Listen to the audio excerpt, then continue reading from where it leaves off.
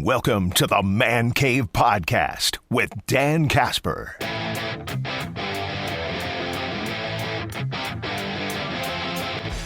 I came up with my top 10, and I ranked them from 1 to 10.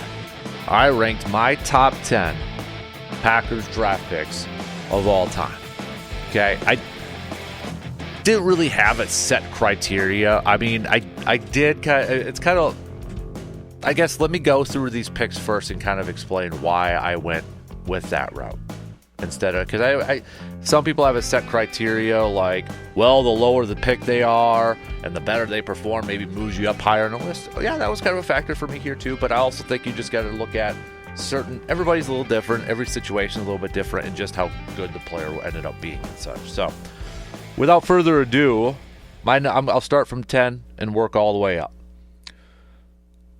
Number 10, and I went back and forth between this person and another person. So I guess if there was an honorable mention, the person that missed the cut, and I'll tell you the person who missed the cut, was James Lofton. I went back and forth between James Lofton and my number 10 pick here. You want to sub them in, that is perfectly fine. They were drafted practically, almost in the same exact spots. Different years, obviously, but I went with Sterling Sharpe at number 10. First round pick, 7th overall in the 1988 NFL draft. Lofton was picked 6th overall when he was selected by the Packers. So, I went back and forth, but ultimately I went with Sterling Sharpe here because, finally getting in the Hall of Fame.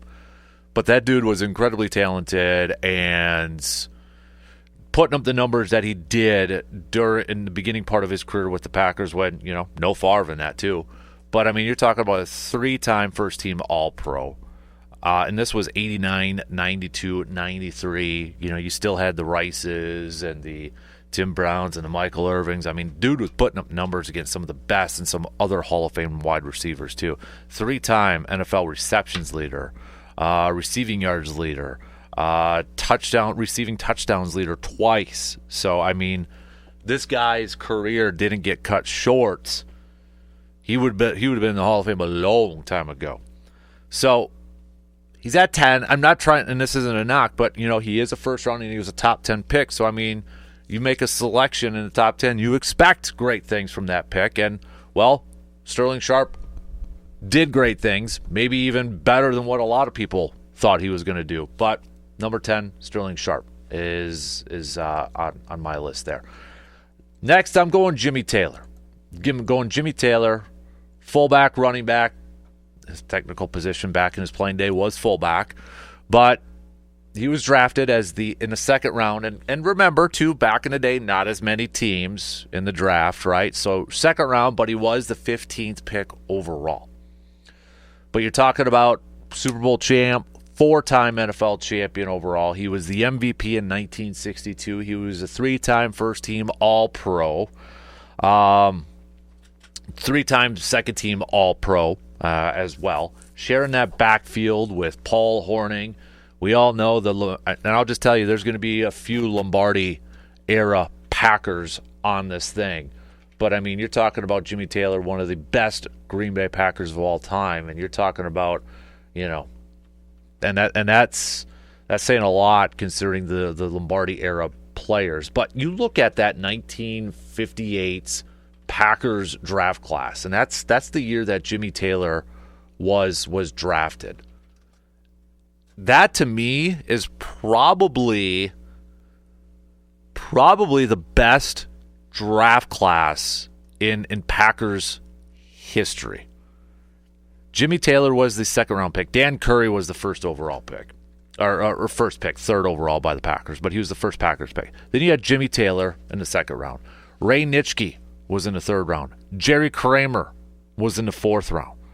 That's one of the best Packers draft classes of all time when you talk about those 3 Hall of Famers.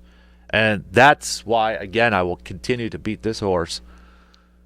Jack Vainisi needs to be talked about more for the impact that he had when he was a Packers scout and pseudo general manager. And he passed away was he in his 30s, I think it was. But the impact that he had on that Packers team, there's too many Packers fans that don't know a lot about him. Yeah, he passed away at the age of 33. He was him and Lombardi, he was a big reason why Lombardi came to Green Bay, because Lombardi recognized his eye for talent. But, not only was he involved in the 58 draft class, but he convinced the Packers to select Paul Hornung, Jim Ringo, Bart Starr, Forrest Gregg. He also signed Willie Wood as a free agent when he went undrafted. So the guy has his fingerprint all over those 60s Packers. And yes, Lombardi deserves a ton of credit, but so does Jack Vainisi. And if you haven't read When Pride Still Matters, you'll learn a little bit more about him in there too, but you'll learn a little bit about how much Lombardi knew and respected Jack Vainisi's eye for talent. So speaking of that class, that 1958 class, I got Jerry Kramer coming in at number 8. When you look at Jerry Kramer, he was a 4th round pick, 39th overall. But you're talking about finally, again, getting in the Hall of Fame just a few years ago. 2-time Super Bowl champion, 5-time NFL champion, 5-time first-team All-Pro, 2-time second-team All-Pro, 60s All-Decade team, 50th anniversary all-time team. I don't think I need to make the case for Jerry Kramer. Jerry Kramer, number 8. Herb Adderley, I got at number 7. Now, Herb Adderley was a first-round pick in the NFL draft. He was also a second-round pick in the AFL draft. So in the NFL draft, 1961, first round, 12th pick overall. AFL draft, second round, 10th pick overall. 3-time Super Bowl champion, twice with the Packers and with the Cowboys. 5-time NFL champion, 4-time first-team All-Pro, 3-time second-team All-Pro, 60s All-Decade team. Cliff Christo, Packers team historian. I'm hoping to catch up with Cliff next week when we're in Green Bay. But when I was looking at this, back in 2014, he wrote a piece for Packers.com, the Packers' 5 best all-time draft picks. And he had Herb Adderley on his list. And I'll just tell you what he had to say about Herb. And he had him number 5 on his list. There's 1 spot left and 7 more Packers draft picks in the Hall of Fame that are pretty much equals. Jim Taylor was on par with Gregg as a second-round selection. Hornung panned out as an overall number 1. Tony Canadeo, Jim Ringo were steals. Unlike those 4, Herb Adderley had the size and the speed to play the same position today and be a Hall of Famer. The same is true of Dave Robinson and James Lofton, 2 other number 1 picks. Of those 3, Adderley probably ranks higher among the all-time greats at his position. As good as Charles Woodson was, Adderley was cut in the same mold and maybe better. So, Cliff's opinion on this stuff influences heavily on my selection. So I've got Herb Adderley at number 7. Cliff mentioned Tony Canadeo, and I have Tony Canadeo number 6 on my list, going way back to the 1941 NFL draft.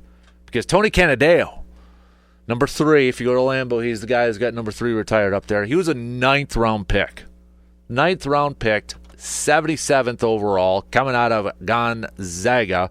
2-time first-team All-Pro, second-team All-Pro, 40s All-Decade team, a champion in 1944. Mostly known as running back, but dude also, he was a pretty darn good receiver back in his day, even threw the ball. He's got a touchdown-interception ratio of 16-20, but Tony Canadeo coming in at number 6 on my list. Then you got Forrest Gregg coming in at number 5 for me. Again, he was in the 1956 draft class, but he was a second-round pick, 20th overall.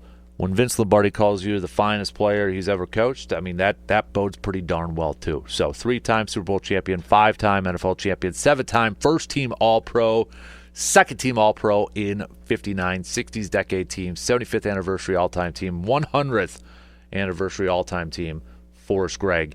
Cracking the top 5 at number 5 for me. Number 4, And this is an example of a guy that exceeded the expectations. Donald Driver. 7th round pick, 213th overall in 1999. And he finishes his career as the all-time receiving yards leader in Packers history with over 10,000 receiving yards. 4-time Pro Bowler, won that Super Bowl 45, 61 receiving touchdowns. When you're a 7th round pick and you lead a franchise like the Packers in all-time receiving yards, yeah, that pick worked out pretty well. And I get there's some luck involved, and got to give a lot of credit to these players for working their tails off and proving the doubters wrong. But that pick turned out to be pretty dang good. Number 3, he was a part of that 58 draft class, 3rd round pick, 36 overall. Some dude named Ray Nitschke, 5-time NFL champion, 2-time Super Bowl champ, couple times first team All-Pro, 5-time second team All-Pro, 60s decades, 50th anniversary, 75th anniversary team. Ray Nitschke, one of the best linebackers of all time, coming in at number 3. Now, this is where it was tough for me, the top 2. And if you want to flip-flop these top 2, go right ahead. I'm not going to argue with you. But number 2, I went with Bart Starr. I mean, you talk about kind of the same reasons as Donald Driver. A guy that was drafted in 1956 in the 17th round, but 200th overall. And we know the accolades of Bart Starr. We know it. 5 championships, 2 MVPs, 2 Super Bowl champions, 2 Super Bowl MVPs. I mean, the guy surpassed all of the expectations in the world. You want to put him at number 1? I wouldn't argue with you one bit. I did put Aaron Rodgers at number 1. And I know people knock the pick because, well, he fell there. Well, you still give Ted Thompson, you still give the Packers credit for making that pick when they didn't have to, when they still had Brett Favre on their team.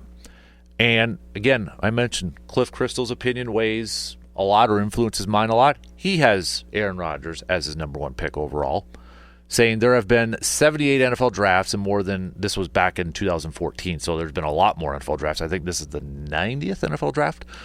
This pick, though, he says about Aaron Rodgers, this pick in all likelihood will go down in league history as being unprecedented. Never has a team with a future Hall of Fame quarterback on the plus side of 30, Favre was 35 when Rodgers was drafted, filled those shoes with another future Hall of Famer through a draft pick, with one irrelevant exception.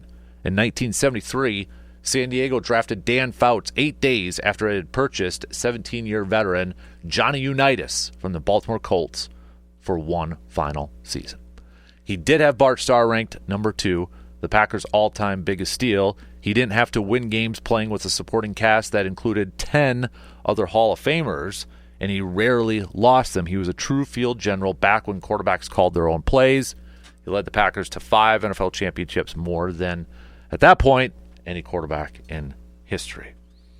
So that's my top 10.